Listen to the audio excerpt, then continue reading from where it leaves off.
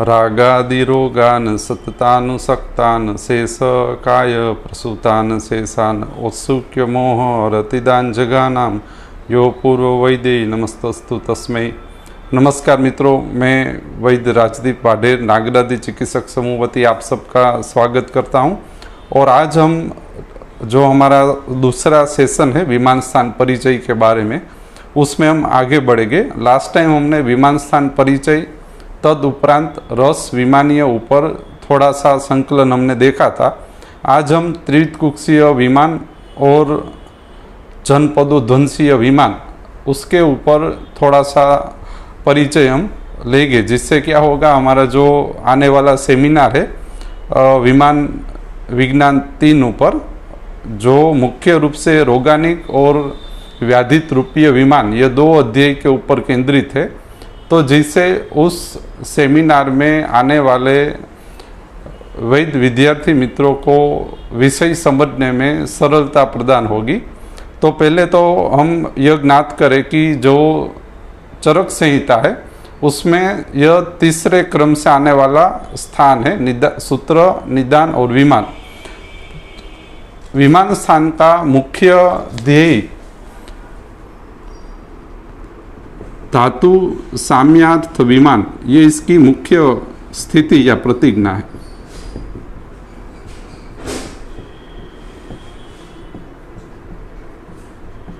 और धातु साम्यार्थ विमान उपार्जन करने हेतु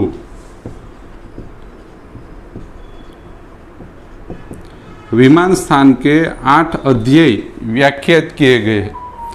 विमान स्थान की क्या प्रतिज्ञा है? धातु साम्यार्थ विमान। और यह धातु साम्यार्थ विमान प्रतिज्ञा सिद्धि हेतु रस विमानीय, त्रिविधकुक्षीय, जनपदोध्वंसीय, त्रिविध रोग विशेष विज्ञानीय, स्रोतो विमानीय, रोगानिक, व्याधित रूपीय, रोग विषक द्वितीय, इस तरह से 8 अध्याय व्याख्यात किए गए।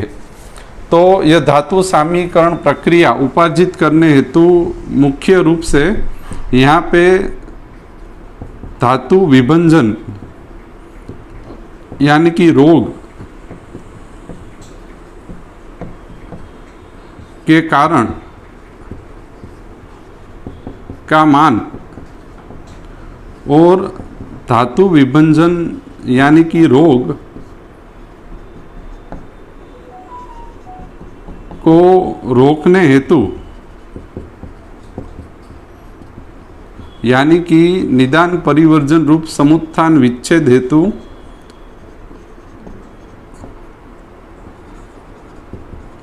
उपाय बताए गए।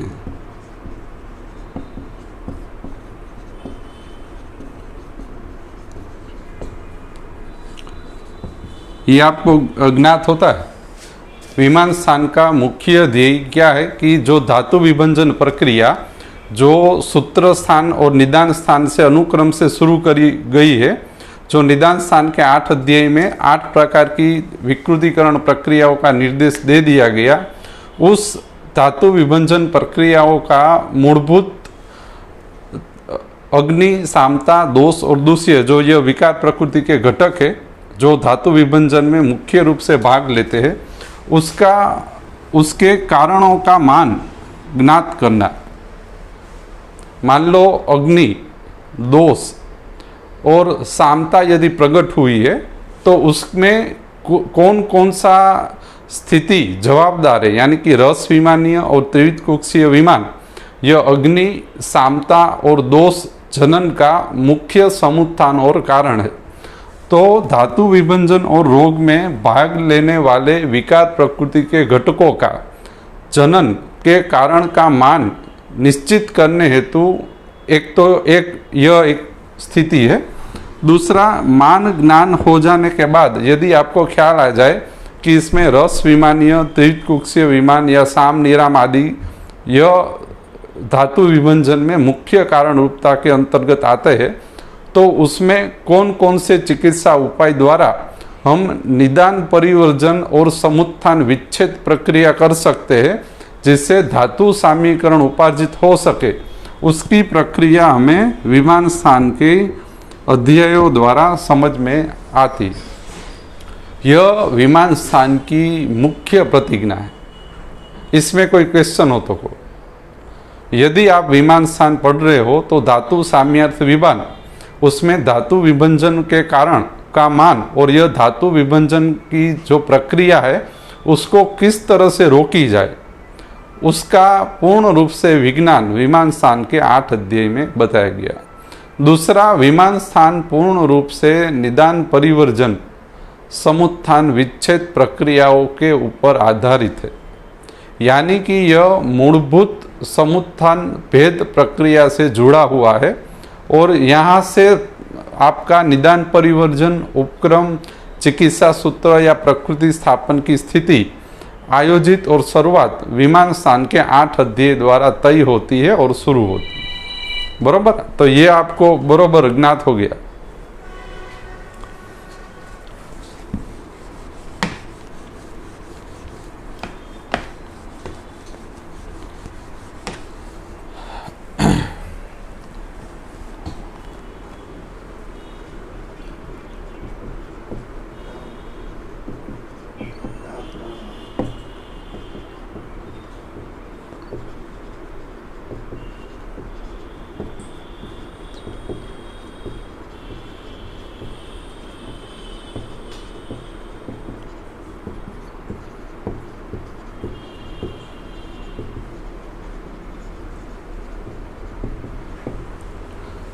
रस विमानीय, त्रिविध कुक्षीय विमान और जनपदोध्वंसीय विमान, ये हमारे पहले सेमिनार के 3 अध्याय और विषय रहे हुए हैं।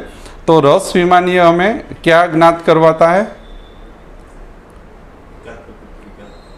विकार प्रकृति विघात, यानी इसको आप समुत्थर तोड़ना, यह भी आप कह सकते हो। दूसरा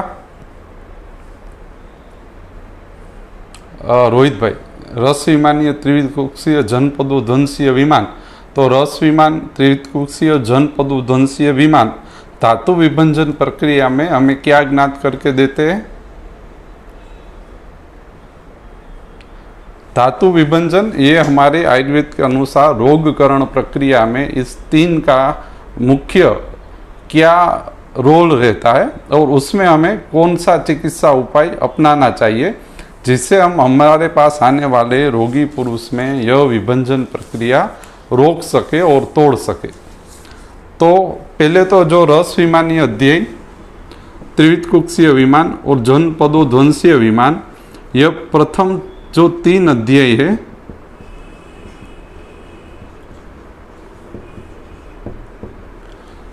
यह मुख्य रूप से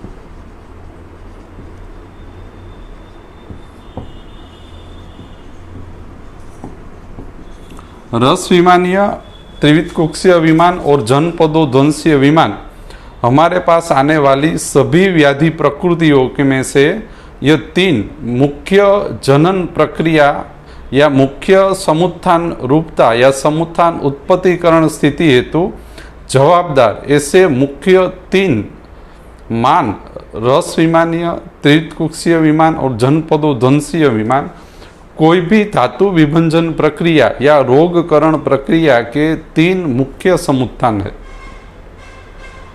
रस विमानीय, त्रिविध कुक्षीय विमान और जनपदोध्वंसीय विमान धातु विभंजन प्रक्रिया, रोगकरण प्रक्रिया शुरू करने के लिए जवाबदार मूलभूत उपादान 3 घटक है या 3 अध्यायों का मान यहाँ पे दिया गया। यदि आप अपने आप पास आने वाले ज्वर, रक्तपित्त, गुण, प्रमेह, कुष्ठ, उन्माद, अपस्मार, कोई भी व्याधि संग्रह का यदि मान निकालो, उसका त्रिविध बोधीय संग्रह यदि आप बना रहे हो, तो आपको ज्ञात होगा कि यह जो रोगकरण प्रक्रिया, धातु विभंजन प्रक्रिया कोई भी रोगी या आपके पास बैठे हुए रोगी में जो शुरू होती है, उसका मुख्य 3 समुत्थान या उसके 3 मूल है। रस विमानीय, त्रिविध कुक्षीय विमान पूर्वक और जनपदोध्वंसीय विमान पूर्वक। इसमें कुछ प्रश्न हो तो हो। यहाँ से आपका चतुर्विंशति पुरुष, रोगी पुरुष में विकृतिकरण प्रक्रिया शुरू होने का माध्यम बन जाता है। रस विमानीय, त्रिविध कुक्षीय विमान और जनपदो दंशीय विमान की स्थिति रोगी में शुरू होने से या उसका समुत्थान मिलने से रोगकरण प्रक्रिया तीव्र वेग से शुरू होती। रस विमानीय, त्रिविध कुक्षीय और जनपदो दंशीय के बल के बिना रोगकरण प्रक्रिया हो नहीं सकती या उसको बल नहीं मिल सकता। इसके बाद के जो अध्याय है, त्रिविध रोग विशेष, स्रोतो विमानीय, रोगानिक, व्याधित, रोग विसर्जितीय, यह समूर्छनों में किस तरह से सर्वांगिक स्थिति में अध्ययन करना चाहिए, उसमें कौन कौन सा समूर्छन में परीक्षण होता है, क्या करना चाहिए, उसका सब अध्याय है। लेकिन समुत्थान प्रक्रिया शुरू करने के ये 3 मुख्य कारण हैं। मान लो स्रोतो दुष्टि हुई, अग्नि सामता दोष दुष्य में दोष दुष्य समूर्छना जनित तो व्याधि हुई, आप में कुष्ठ का जो प्रकृति निर्माण हो गया, उसका जो बल है, जो मूलभूत केंद्र है, वो यह 3 अध्यायों के मान पे केंद्रित होकर रहता है। बरोबर। तो यह आपको ज्ञात हो गया। आप अध्याय खोले, रस विमानीय पढ़े, त्रिविध कुक्षीय विमान पढ़े और उसके बाद जनपदो दंशीय विमान पढ़े। किस तरह से स्वस्थ रोगी में रोगकरण प्रक्रिया शुरू होगी और उसमें कौन 3 माध्यम बनेंगे, उसकी मुख्य स्थिति आपको ये 3 अध्याय में दे दी गई। इसी कारण हमारा जो पहला सेमिनार था वो रोगकरण प्रक्रिया के मूलभूत 3 समुत्थानों पे केंद्रित था। इतना एकदम सरल है। रस विमानीय, त्रिविध कुक्षीय और जनपदो दंशीय, ये 3 अध्याय को मिलाकर समुत्थान विच्छेद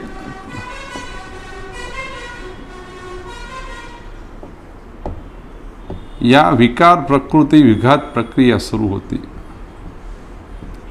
आमा कहीं इसमें कोई प्रश्न हो तो बोलो। सही, ये तीनों को जोड़ो तो समुत्थत्व टूटने की शुरुआत और विकार प्रकृति विघात होने की शुरुआत ये 3 अध्यायों के संग्रह द्वारा होती। बरोबर।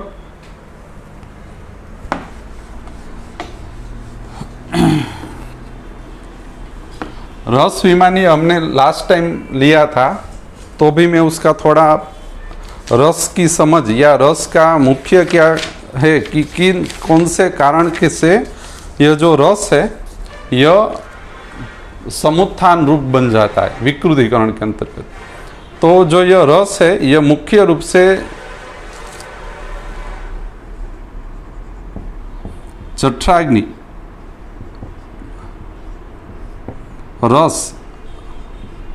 रसकरण प्रक्रिया, दोष जनन प्रक्रिया,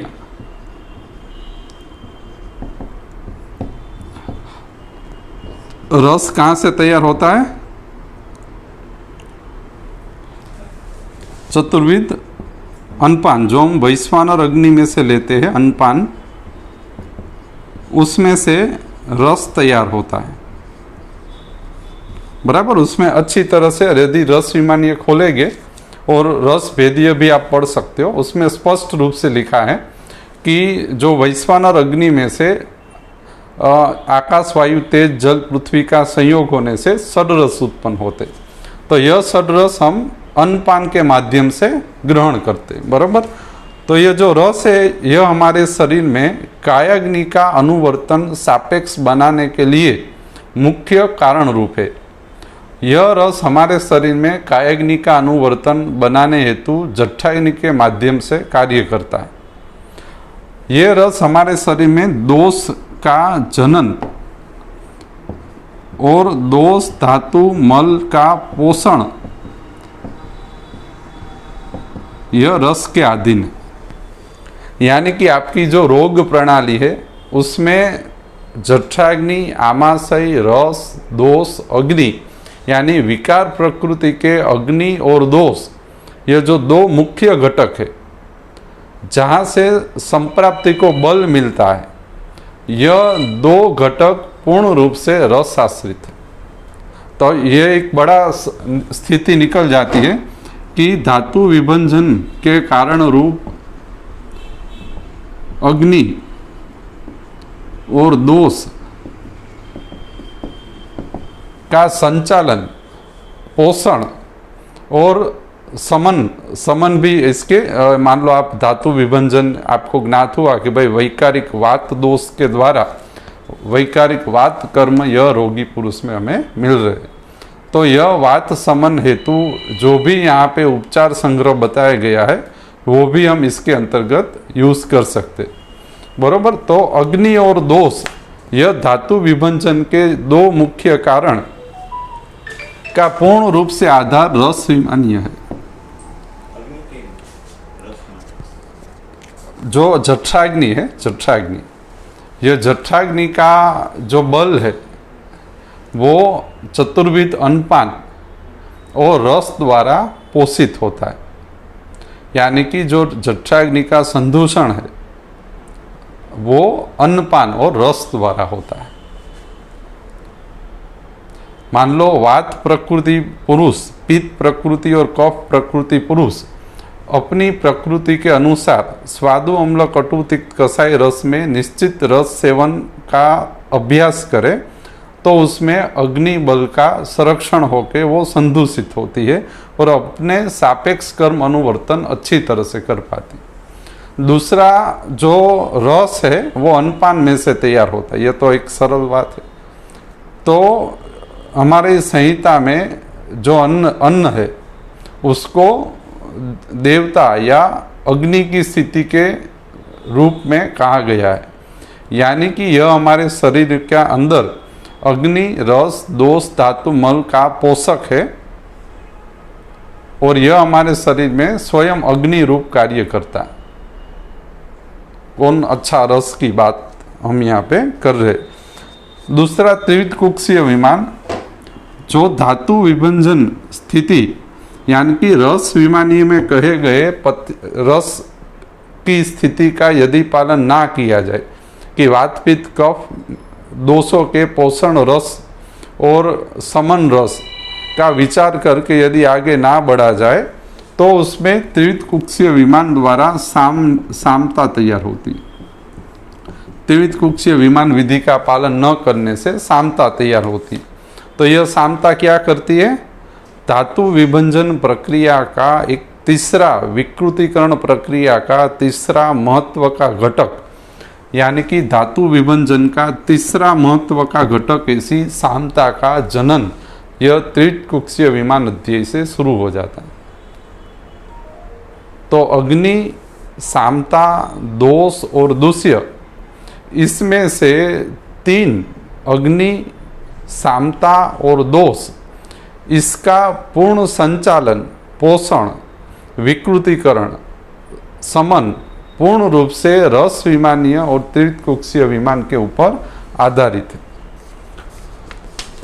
जो विमान स्थान का पहला अध्याय रस विमानीय आहार और औषध की परिभाषा है। पुरुष के अंदर रसोवैस यानी कि रस ही पुरुष में आदान प्रदान करने वाला वृद्धि क्षय के कारण रूप वैश्वानर के भाग है। तो रस से हमारे शरीर में क्षय, वृद्धि और समत्व प्राप्त होता है। तो यह आपको अन्न पाचन प्रक्रिया यदि आप पढ़े तो चतुर्विध अन्नपान, जठराग्नि, धात्वाग्नि और महाभूताग्नि पाक को प्राप्त करके जो रस है वो महाभूत में परिवर्तित हो जाता है। सरल है। जठराग्नि कोष्ठ रस पूर्वक ही दोष, समन और जनन प्रक्रिया को प्राप्त करते हैं और यह समन पूर्वक शोधन करके जठराग्नि आश्रित विकृतीकरण प्रक्रिया या समुत्थान धातु विभंजन प्रक्रिया को पूर्ण रूप से तोड़ा जा सकता है और समुत्थत्व भेद प्रक्रिया का मुख्य बेज यहाँ से शुरू होता है। बरोबर। रस विमानीय में आहार को ही औसत के रूप में प्रयोजित करके निदान परिवर्जन और समूह तत्व भेद प्रक्रिया उपार्जन करने की बात है। तो व्याधि अनुसार 4-5 रस आप बोल जाए, जो हमने गया लास्ट टाइम भी बोले थे। प्रमेय में देखो, ये जो रस है वो काफ़ी स्थिति को देखकर तैयार होते हैं, लेकिन यह सरलता हेतु हम यहाँ प्रमेय इसकी कफ प्रकृति निर्देश है, क्योंकि जो रस विमानी है इसमें जो रसों की व्याख्या है ये पूर्ण रूप से दोष का ये संबंध में ही की गई है। इसी कारण हम यहाँ सिर्फ दोषों का ही निर्देश लिख रहे कि भाई प्रमेय है ये कफ प्रकृति निर्देश के विघात से उत्पन्न होता है। कफ प्रकृति विघात से प्रमेय प्रकृति निर्माण होती। तो उसमें कौन से रस लागू होते हैं? कटु रस, तिक्त रस और कसाई रस।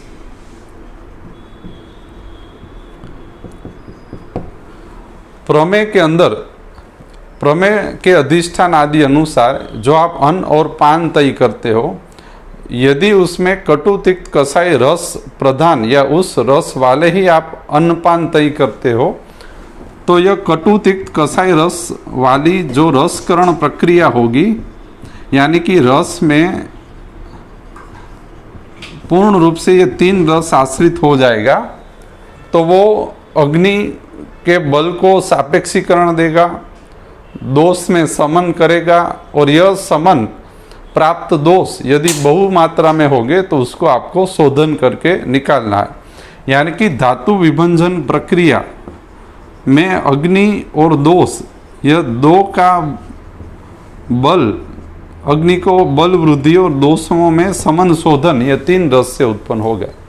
फिर कुष्ठ में कटु तिक्त कसाई रस, ज्वर में तिक्त रस, एकमात्र तिक्त रस, रक्तपित्त में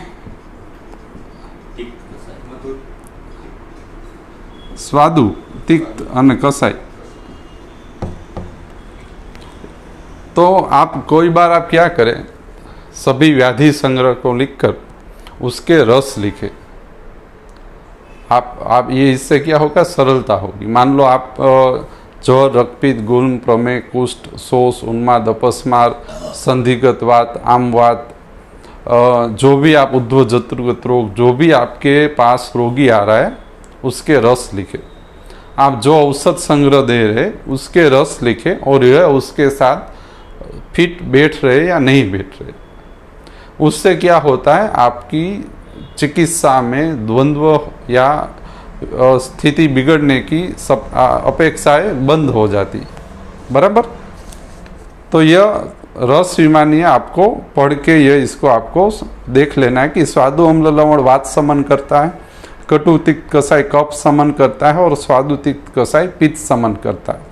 लेकिन दोष उपरांत व्याधि के अधिष्ठान, रोगी का बल, ऋतुचर्या आदि अनुसार 1-2 रस में तरतम भाव करके आपको रोगी को अन्नपान संग्रह देना चाहिए, बराबर। अभी मान लो यहाँ पे रसों का उपयोग लिखा है, लेकिन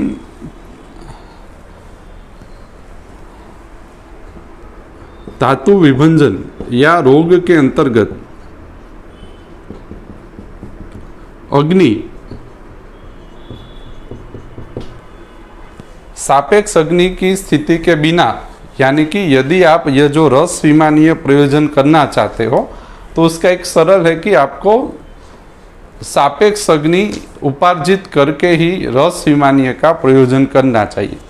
तो दूसरा जो अध्याय आता है कि आपके पास जो रोगी आ रहा है उसमें धातु विभंजन का एक कारण यदि त्रिविध कुक्षीय विमान है, यानी कि त्रिविध कुक्षीय स्थिति का रोगी ने पालन नहीं किया, तो शरीर के अंतर्गत आम प्रदोष स्थिति जन्म होती है। आम प्रदोष स्थिति त्रिविध कुक्षीय विमान में विसूचिका, अल्सक और दंडाल्सक करके 3 प्रकार के आम प्रदोष स्थिति का उल्लेख है। तो आपके पास आने वाला रोगी में दूसरा प्रबल ये अध्याय सामता जो धातु विभंजन का मुख्य कारण है, उसके ऊपर हमने एक पूरा हमारा सामता के ऊपर ही एक सेशन है कि भाई सामता जो है वो स्वतंत्र रूप से धातु विभंजन करने हेतु अकेली समर्थ है। सामता क्या करती है? धातु विभंजन को बल देती है, बरोबर, अधिष्ठानों को शिथिल कर देती। तो यह सामता हेतु क्या बताया गया है कि भाई यदि साम दोष के लिंग बोलो जी, श्रोतरोध, बलभ्रंश, गौरव, अनिलमूर्ता, आलस्य, अपक्ति, निष्ठीवन, मलसंग, अरुचि और क्लम, यह सामता के लिंग है। साम दोष लिंग त्रिवितकुक्षी में बताए कि भाई साम वात दोष कैसा होगा? शूल, आना, अंगमर्त, मुक्षोष, मूर्छा, पृष्ठ, कटिग्रह, यह साम वात दोष लिंग। साम पित्त दोष कैसा होगा? ज्वर, अतिसार, अंतर्दाह, तृष्णा, मद, भ्रम, प्रलाप जैसे लिंग जो है वो साम पित्त दोष के है। और साम कफ दोष, सर्दी, अरोचक, अविपाक, शीत, ज्वर, आलस्य, गौरव, यह साम कफ दोष लिंग है। यानी कि दोष परीक्षण में यदि सामता विकार प्रकृति घटक ज्ञात होता है तो धातु विभंजन प्रक्रिया का दूसरा मान, त्रिवितकुक्षीय मान का विचार और चिकित्सा उपाय आपको करने चाहिए। तो इसमें क्या बताया गया है कि लंघन इसकी मुख्य चिकित्सा होने के उपरांत यदि विसूचिका यानी कि अधोमार्ग से साम दोष निकल रहे तो उसमें लंघन पूर्वक विरेचन और संसर्जन क्रम चलाना चाहिए। और यदि अल्सक है तो वमन पूर्वक स्वेदन, वर्ती कर्म और उपवास पूर्वक संसर्जन कर्म चलाना चाहिए। अल्सक में त्रिवितकुक्षीय विमान का मुख्य आधार यह है कि साम निराम और अग्नि सापेक्ष किए बिना रस विमानीय विधि विधान का उपयोग नहीं करना चाहिए। आम, आहार और औषध एक साथ जीर्णता को प्राप्त नहीं करते तो अग्नि धातु विभंजन में सामता निकल जाए उसके बाद आपको आहार और औषध का उपयोग करना चाहिए। और जो रस विमानी है वो आहार के ऊपर आधारित है।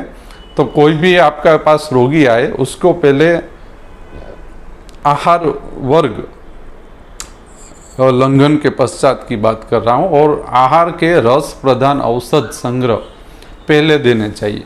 जो वीर्य प्रधान औषध संग्रह है वो बाद में देने चाहिए। और कई बार ऐसा होता है कि औषधों का अधिकार आपके रोगी में होता ही नहीं, औषध यानी कि वीर्य प्रधान औषध, क्योंकि उसका काम क्या है? पंचकर्म वीर्यता से शोधन करके लीन और समुचित दोषों को निकाल देना। अभी कई बार क्या होता है, आपके पास आने वाले रोगी में समुचित लीन पंचकर्मीय स्थिति का अधिकार होता ही नहीं। वो पूर्ण रूप से आपके पास जो रोगी आया है वो जठराग्नि, रस, कोष्ठ, सामता और रसगत दोष की स्थिति, इतना ही उसका विकृतिकरण है। और ऐसे रोगी 50% 40% तक होते, तो इसके अंदर वीर्य प्रधान औषध संग्रह का कोई रोल ही नहीं। तो उसमें क्या करना चाहिए? रसगत औषध संग्रह कहाँ बताए गए हैं? सूत्र स्थान में। सूत्र स्थान में जितने भी औषध संग्रह बताए गए ये सभी औषध संग्रह प्रधान रूप से रस आश्रित है या रस प्रधान है, बरोबर। तो रस प्रधान औषध और वीर्य प्रधान औषध में क्या अंतर रहता है? जैसा कि मैं एक उदाहरण दूं, जो सुदर्शन है वो वीर्य प्रधान औषध है, और हमारी जो इंद्रजव है, गिलोय है, हरितकी है, चित्रक है, त्रिकटु आदि है, वो रस प्रधान औषध संग्रह, बराबर। तो नींब आदि वो रस प्रधान है।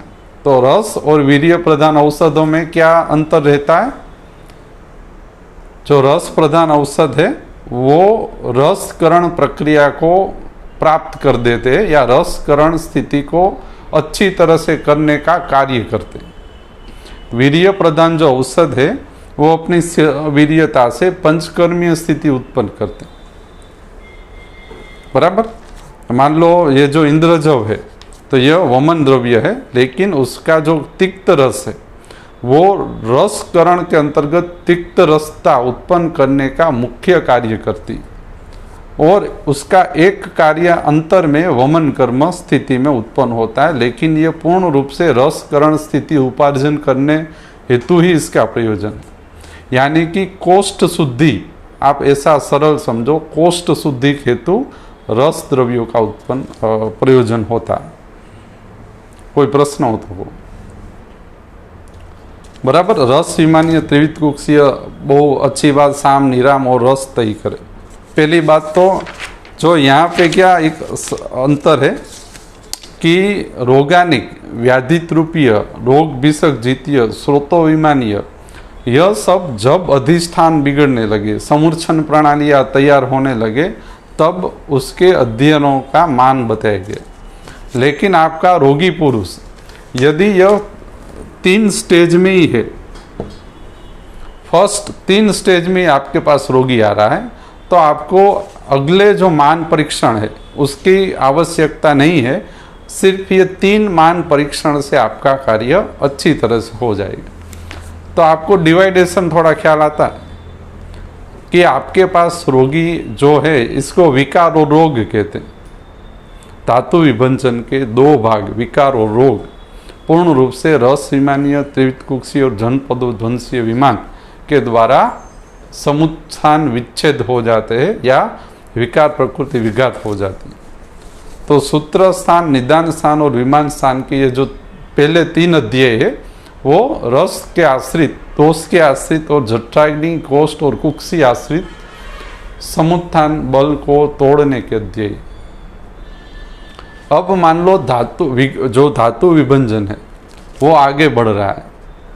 अब इसमें रस त्रिविध कुक्षीय से आगे जो दूसय यानी कि अधिष्ठानों का जब इन्वॉल्वमेंट शुरू होता है, तब आता है तीसरा अध्याय, जनपदो ध्वंसीय विमान। तो इतना तो आपके एकदम क्लियर है रोहित भाई, एकदम बरोबर है ना। तो अभी क्या है, हमारी प्रैक्टिस में क्या करते हैं, हम सब एक साथ कर देते हैं। सब रोगी को एक ही, इसमें हम ऐसा विभाजन करने की कोशिश नहीं करते हैं कि भाई यह जो हमारा रोगी आया है ये पूर्ण रूप से रस विमान, त्रिविध कुक्षीय विमान, बस इतना ही आप ठीक कर लो, ये ठीक हो जाएगा। हम क्या करते हैं, स्रोत से समूर्छना है, भाई पंचकर्मीय स्थिति सब इसके अंदर डाल देते रोगी में। जहाँ जिस चिकित्सा क्रम का या पथ्य का अधिकार नहीं होता वो भी हम इसके अंदर डाल देते। तो क्या होता है, एक सरल चिकित्सा जटिल चिकित्सा उपाय में परिवर्तित हो जाती है और रोगी को सरल सुख साध्य, रोगी को कष्टता पूर्वक उसका रोग का साध्यता होती है। सुख साध्य को हम अपने आप से कष्ट साध्य बनाकर उसको ठीक करते हैं। ये एक सरल और सिंपल बात है। मैंने देखा है कि कई रोगियों में सिर्फ साम निराम लंघन, तो हमको भाई अभी क्या है कि आता भी यही है, अभी इससे आगे तो अभी थोड़ा जटिल प्रक्रिया हो गई कि साम निराम लंघन और उसके रस दे दो, सिर्फ भाई कटु तिक्त कसाई में से अच्छे रस दे दो, वो रोगी 110% 1 महीने में ठीक हो जाता है। तो आपने ऐसा, आप भी यही करते हो? कितने रोगी ठीक हो जाते हैं? 70%। मेरा भी यही अनुभव है, 70% रोगी रस विमानीय, त्रिविध कुक्षीय विमान और कुछ अंश तक जाने अनजाने में जनपदो ध्वंसीय भी हम कर देते हैं। ये 3 अध्याय के बेस पर 70% आपके रोगी ठीक हो जाते हैं। अभी क्या, अभी हमारे जो विद्यार्थी मित्र रहते उनको बड़ा क्या एक प्रश्न रहता है कि हमें रोग निदान नहीं आता, भाई ज्वर आ गया, रक्तपित्त आ गया, गुल्म आ गया, आमवात आ गया, तो उसमें हम क्या करें, इसके लिए हम सीखना चाहिए कि भाई हम ज़्यादा चिकित्सा उपाय सीखे, औषध संग्रह सीखे। लेकिन ये जो विद्यार्थी मित्रों को मैं आपको कह दूं कि सिर्फ लंघन, दीपन, पाचन और साम निराम आप सीख लो, ये सरल से सरल फर्स्ट लाइन ऑफ ट्रीटमेंट है विद्यार्थी मित्रों के लिए, कि प्रैक्टिस के लिए 70% सक्सेस आपको सिर्फ ये एक ही दे देगा। अब बाकी रहा 30%, तो वो आप 2, 3, 4, 5 साल में समयांतर सीख सकते हो। तो निश्चिंत होके, निर्भय होके आपको BMS कंप्लीट हो जाने के बाद चिकित्सा में प्रवेश कर देना चाहिए, क्योंकि लंघन, दीपन, पाचन, साम निराम सीखने में 2, 5, 7 दिन ही लगते। तो जरा भी रोगों का, औषध संग्रह का, संहिता का भय रखते बिना मात्र आप यही तय करके बैठो कि मुझे रोगी में सिर्फ साम निराम, लंघन और अग्नि अच्छी करनी है। मेरा और ये जो समूह के सभी वैद्य समूह का, सुरानी साहिब, गोहिल साहिब का मुझे अनुभव है, 70% सक्सेस रेशियो आपका रहेगा। और इतने साल की प्रैक्टिस से ये हमें ख्याल है कि यदि आपके पास 70% सक्सेस रेशियो प्रैक्टिस में है, तो 3 साल के अंदर आप एक सक्सेसफुल प्रैक्टिशनर के रूप में प्रस्थापित हो जाओगे। तो इसमें निर्भय की स्थिति, इसमें कुछ करना ही नहीं। विद्यार्थी मित्र यही असमंजस में रहते हैं कि हमें भय लगता है कि भाई इतना सब हमको आएगा कब।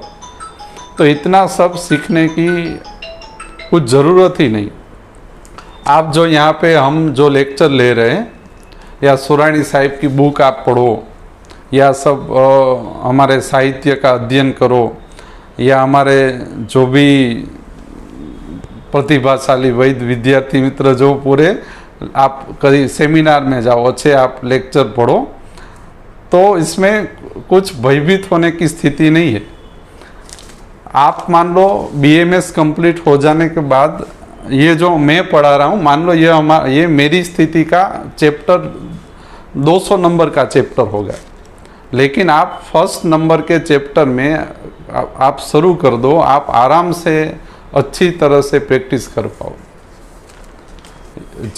ज़्यादा सीखने की ज़रूरत नहीं है, कम आपको यदि अच्छी तरह से आ गया तो उतना आपको 70% सक्सेस दे देगा। जो हम तो प्रैक्टिस करने के लिए दृढ़ तो हमारा किस तरह से आया था, क्योंकि BMS में कुछ इतना अच्छा रहा नहीं, तो क्या हुआ, औसत कुछ आता नहीं था, रोग निदान शुरुआत की स्थिति में कुछ आता नहीं था। लेकिन सुरानी साहिब और गोहिल साहिब के पास जब बैठे तो देखा कि सिर्फ हरडे से ये सबको ठीक कर देते। तो अभी औसत आदि में सरलता होगी, सिर्फ हरडे ही देना है, दूसरा कुछ करना नहीं। अनपान 4 से 5 अनपान सीख लो, उस तरह से आपको अनपान देने। तो 1-2 मास के अंदर आपको यह तय होता है कि आप यदि सिर्फ हरडे, लंघन, दीपन, पाचन, साम निराम और लंघन सीख लो, तो प्रैक्टिस शुरू होने के लिए इतना काफ़ी है, क्योंकि वहीं से तो शुरू होती।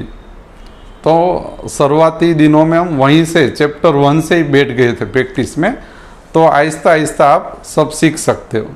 लेकिन पूर्ण रूप से सब ज्ञात होगा तब प्रैक्टिस करेंगे, तो ऐसा ज़रूरत नहीं है। आएगा 2, 5, 10 साल में आ सकता है, लेकिन शुरुआत की स्थिति में सिर्फ रस विमानी और त्रिविध कुक्षीय विमान, लंघन, दीपन, पाचन, साम निराम करके बैठ जाओ, आराम से आपका योग से अच्छी तरह से चलेगा, बरोबर। और जरा भी उसमें भयभीत होने की कोई स्थिति नहीं, क्योंकि आप चिकित्सा स्थान खोल लो, 28 अध्याय में फर्स्ट लाइन ऑफ ट्रीटमेंट लंघन, दीपन, पाचन ही। तो आप फर्स्ट फेज तो अच्छी तरह से चला रहे हो, तो फिर इसमें दिक्कत क्या है। और प्रारंभिक स्थिति में गंभीर रोग की जो रोगी है वो आने वाले भी नहीं है। आप ज़्यादा सोचो मत, क्योंकि नए नए प्रैक्टिशनर को गंभीर रोग मिलने की शक्यता बहुत नहीं है, बराबर। तो बहुत भयभीत नहीं होना है और प्रैक्टिस शुरू कर देनी। कि आप मान लो फर्स्ट डे डायलिसिस का पेशेंट आ गया, फर्स्ट डे में कैंसर का आ गया कि भाई मुझे कैंसर ठीक कर दो, ऐसा कोई आने वाला नहीं। आपको प्रारंभिक स्थिति में लंघन, दीपन, पाचन वाले ही रोगी आने वाले। बराबर। तो यह एक सिंपल सा निर्देश है। फिर आता है जनपदोध्वंसीय विमान। जनपदोध्वंसीय विमान का क्या प्रतिज्ञा है?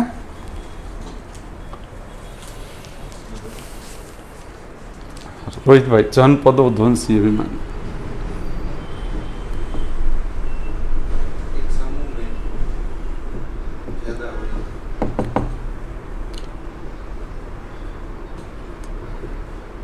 धातु विभंजन या रोगकरण जो प्रक्रिया है,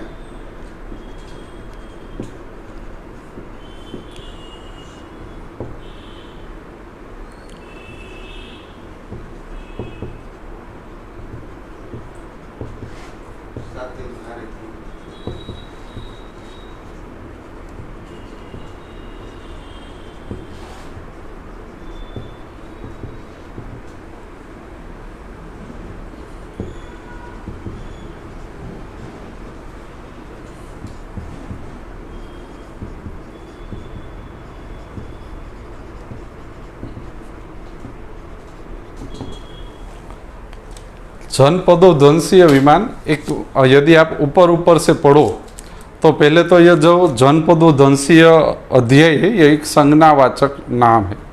संज्ञावाचक नाम यानी कि इस संज्ञा के पीछे इस निश्चित प्रकार के अधिकारों की व्याख्या की गई है। यहाँ पे एक, यदि आप पढ़ो तो वैकारिक जल, देश, काल और वायु जो अधर्म से बिगड़ जाते हैं, उसके कारण जनपद मंडल में ध्वंस उत्पन्न होता है। ये इसकी सरल स्थिति है। तो और हमारे जो धातु विभंजन की स्थिति अनुसार जो स्थानस्थ जो जल, देश, काल, वायु, वैकारिक जल, देश, काल, वायु अनुक्रम से हमारे शरीर में स्थानस्थ रस, स्थानस्थ दोष यानी कि जठराग्नि और उसके वो मार्गस्थ रस है। यह स्थानस्थ दोष, स्थानस्थ धातु अधिष्ठान के द्वारा की विकृतिकरण के द्वारा उत्पन्न होने वाली धातु विभंजन प्रक्रिया जनपदोध्वंसी अध्याय में बताई गई है। यानी कि अधर्म से और वैश्वानर अग्नि यानी कि ऋतुचर्या के भागरूप जल, देश, काल, वायु हमारे शरीर में जनपद मंडल के ध्वंस के मुख्य कारण है, धातु विभंजन के मुख्य कारण है। दूसरा को इसमें बीजू क्यों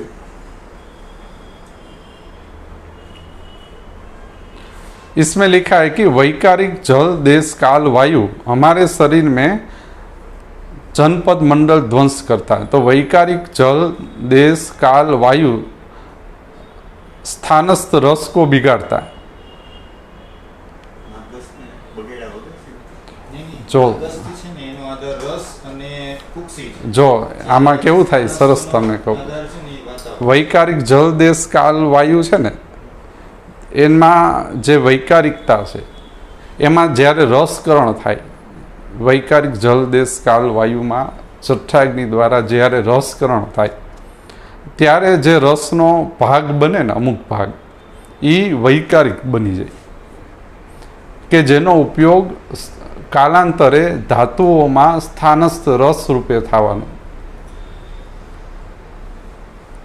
અને એ સ્થાનસ્થ વિકૃત રસ जनपद मंडल में ध्वंसनु मुख्य कारण बनशे। एक तो तमने एटली सरल ख्याल है कि जे ऋतुचर्या है, ऋतुचर्या से काल, ऋतु, रस, दोष और देहबल तैयार होता है। तो भाई आपको कोई प्रश्न कि ऋतुचर्या से किस तरह से तैयार होता है? ऋतुचर्या विधि विधान का पालन करने से रस सही, आप यदि ऋतुचर्या का अध्याय पढ़े सुश्रुत चतुर्थ में स्पष्ट लिखा है काल, ऋतु, रस, दोष और देहबल यह पूर्ण रूप से ऋतुचर्या आधारित है। और जो ऋतुचर्या है उसका एक विकृतीकरण स्थिति, धातु विभंजन स्थिति जनपदोध्वंसीय विमान में कही गई। जो सुश्रुत चतुष्क और रस विमानी एक दूसरे से जुड़े हुए विमान स्थान मात्रासितीय स्वश्रुत चतुष्क अध्याय धातु विभंजन में रस विमानीय त्रिविध कुक्षीय विमान के रूप में जाना जाता है। यानी कि मात्रासितीय रस विमानीय और त्रिविध कुक्षीय विमान मात्रासितीय प्रकृतिकरण का अध्याय है। रस विमानीय और त्रिविध कुक्षीय विमान विकृतिकरण का दो विमान या मान। ऋतुचर्या प्रकृतिकरण स्थिति का अध्याय। जनपदो ध्वंसीय विमान ऋतुचर्या विधि विधान, जो एक तो ऋतुचर्या या आप तो पालन ना करो तो भी वैकारिक जल देश काल वायु में परिवर्तित हो जाएगा, या तो ऋतुचर्या खराब है और उसका आप सेवन कर रहे हो तो भी वैकारिक जल देश काल वायु में परिवर्तित हो जाएगा। जो जनपदो ध्वंसीय विमान मुख्य रूप से ऋतुचर्या के मिथ्या उपचार से उत्पन्न होने वाली धातु विभंजन स्थिति। मान लो उष्ण दिनचर्या और ऋतुचर्या का पालन ना करने से हमारे शरीर में जनपदो ध्वंसीय विमान प्रक्रिया शुरू होती। अब ये सरल स्थिति जो आप समझ पाओ उस तरह से मैं बोल रहा हूँ, आप समझे। जनपद मंडल ध्वंस धातु विभंजन यानी कि स्थानस्थ धातु जठराग्नि रस कोष्ठ और दोष के बाद की स्थिति जिसमें रस का उपयोग होने वाला है। स्थानस्थ धातुओं में रसाग्नि रक्ताग्नि मांस मेद अस्थि मज्जा शुक्राग्नि, यह 7 धातु जो स्थानस्थ रस द्वारा पोषित होती है। यह 7 धातु दिनचर्या ऋतुचर्या का पालन न करने से या तो जनपद यानी ऋतुचर्या ही खराब है, दोनों एक ही है, या तो आप खराब सेवन करो या ऋतु खराब है। ऋतु अच्छी और आप प्रमाद कर रहे हो, आप समझे। मान लो वर्षा काल में दिवा स्वाप निषेध है और आप वर्षा काल में दिवा स्वाप कर रहे हो, तो इससे क्या होगा, वैकारिक जल देश काल वायु परिवर्तन आपके शरीर में शुरू हो जाएगा। जल देश काल वायु का मेरे अनुसार यह है कि जो आपका रस है, रस वो विकृत स्थिति में परिवर्तित हो जाता है। यदि आप दिनचर्या ऋतुचर्या का पालन नहीं करते तो विकृतिकरण को प्राप्त करता है अग्नि के द्वारा। अग्नि बिगड़ जाती है और रस विकृत हो जाता है। और यह विकृत रस का धातु यदि उपयोग करे तो उसमें विभंजन होना शुरू हो जाता है। ऐसी सरल स्थिति है। धातु जनपद मंडल ध्वंस शुरू होता है। अब दूसरा जनपद मंडल ध्वंस यानी कि ज्यादा धातुओं में विभंजन मात्र और मात्र स्थानस्थ रस ही कर सकता है, क्योंकि स्थानस्थ रस सबको पहुंचने वाला है और एक साथ पहुंचने वाला है। स्थानस्थ रस सबको एक साथ पहुंचने वाला है और ये एक साथ आपको धातु विभंजन करके देगा। इससे क्या होता है, मान लो आप ऋतुचर्या दिनचर्या का पालन ना करें तो धात्वाग्नि मांद्य स्थानस्थ रस और दोषों में वैषम्य धात्वाग्नि मांद्य थाय, स्थानस्थ दोष विषमता थाय અને ધાતુ પ્રદોષક પૂર્વક ધાતુ વિભંજનની પ્રક્રિયા શરૂ થાય। આમાં કયો રોહિતભાઈ?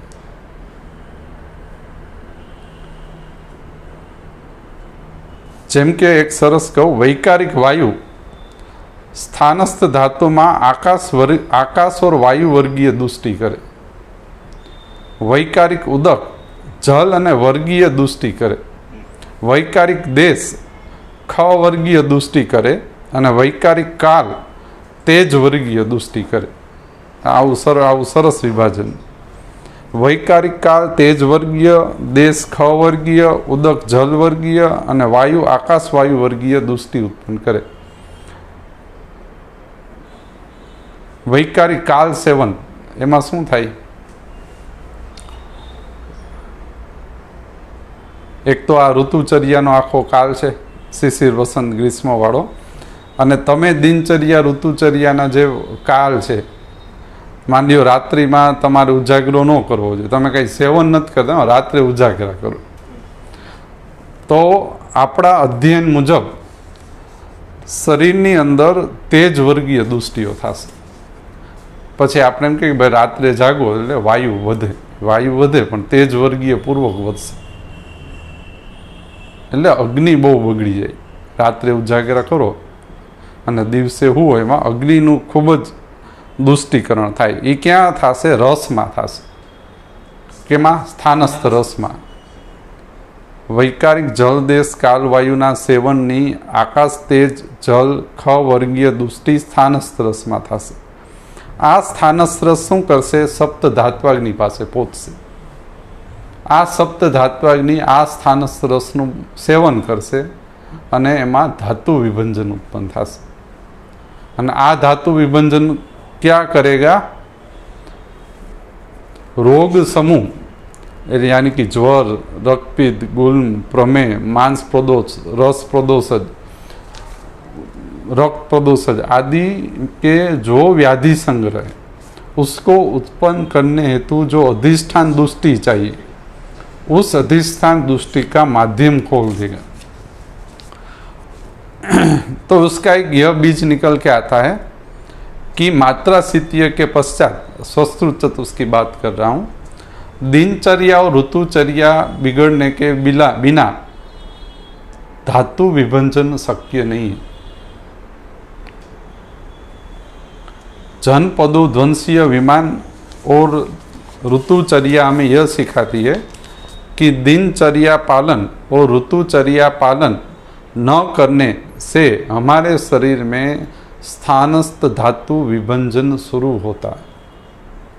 तो ऋतुचर्या का बड़ा माध्यम यह है कि दिनचर्या और ऋतुचर्या हमारे शरीर में धातुओं का संरक्षण करती।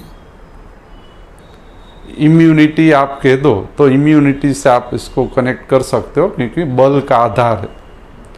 यदि आपके शरीर में विकृतीकरण प्रक्रियाओं को आप रोकना चाहते हो तो दिनचर्या और ऋतुचर्या से ही आप रोक सकते हो। कई बार मैं भी यह मानता था कि दिनचर्या और ऋतुचर्या से इतना बड़ा परिवर्तन नहीं होता रोगी में या स्वस्थ में, कि भाई आप ब्राह्म मुहूर्त में उठो, रात में अच्छी तरह से नींद करो, 6-7 बजे शाम का खाना लो सूर्यास्त से पहले। लेकिन कालांतर में यह ख्याल आता है कि धातुओं में विभंजन का कारण दिनचर्या और ऋतुचर्या, क्योंकि हमारे रोगी में रस, लंघन, दीपन, पाचन तो चला ही रहे। यदि फिर भी धातु विभंजन हो रहा तो उसका कारण दिनचर्या और ऋतुचर्या। तो आपके कई रोगी ऐसे होंगे जो कटुतिक्त कसाई रस सेवन कर रहे, लेकिन उसका प्रमेह बढ़ रहा है, कुष्ठ बढ़ रहा है, शुगर बढ़ रहा है, कोलेस्टेरोल बढ़ रहा है। तो उसका कारण ये रस अग्नि तो है ही, लेकिन उसके आगे दिनचर्या और ऋतुचर्या, बराबर, प्रमादी को सब बढ़ता है। तो हम नेक्स्ट टाइम जनपदों ध्वंस, त्रिविध रोग, विशेष विज्ञान और स्रोतो विमानीय के ऊपर 3-4 वीक में देखेंगे। Thank you.